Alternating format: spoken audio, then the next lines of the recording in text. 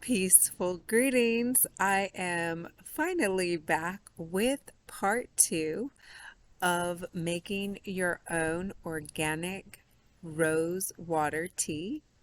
Okay, and so I had to overcome quite a few technical difficulties to bring you part two because I actually ran out of space and I actually had also run out of battery when I was recording the last one.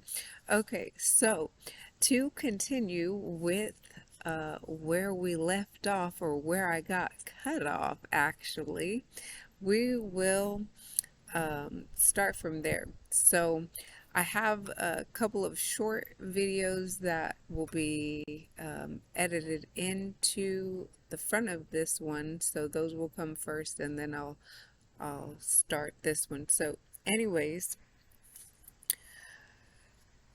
this is a kombucha bottle that I saved and will have already repurposed. So it's gotten a second life, and I've already had rose water in there, and I just put like a regular line paper. There we go. And taped it with some regular scotch tape. Okay. And so what I'll be doing is I will be filtering out with just like this little strainer here. Okay. And you can get these at the 99-cent store, or all kinds of other places. So I'm going to make this a little bit thinner so it can fit into my bottle like so. Okay. And then the rose water, because of the technical difficulties, it did turn brown on me, okay, because I had to wait before I came back with the part two to show you guys, okay? And so this is well beyond what I would normally, um, you know, leave it for. Okay, so what we're gonna do is just pour this mixture into the filtered bottle, okay? And you're gonna do that until you have, filled that bottle up, and this is completely used up. So, like I said, I have quite a few different things that I'll be adding this rose water to. Okay, so I'm going to put this.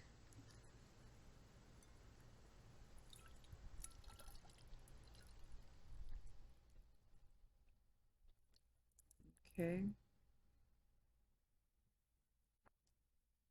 And then as it fills up with, it's better to do it in a larger bottle first so you can just filter out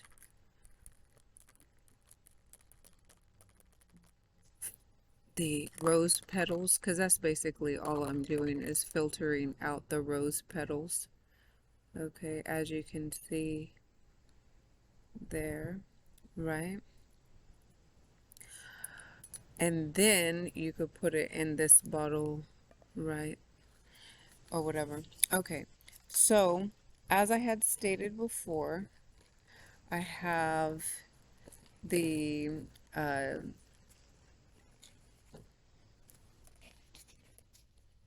the spray bottle, okay, and this spray bottle I'll put a fourth of the mixture into, right? And then the rest of it I'll fill up with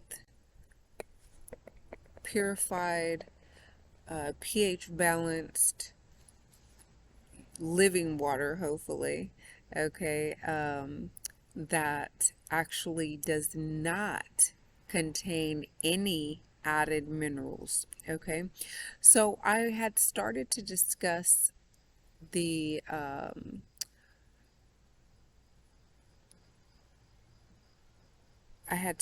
discuss the um, rose water being of high frequency before the video had cut off. And so I don't actually recall, or it escapes me right now, what the actual uh, frequency is of rose petals or rose water. Somebody put it in the comments for me. If you know, or if you do your due diligence and look it up. Anyways, so roses are of a very high frequency, and so when you are utilizing that, whether you are consuming it, drinking it, right, or whether you're putting it onto your body, it is helping to elevate your own frequency.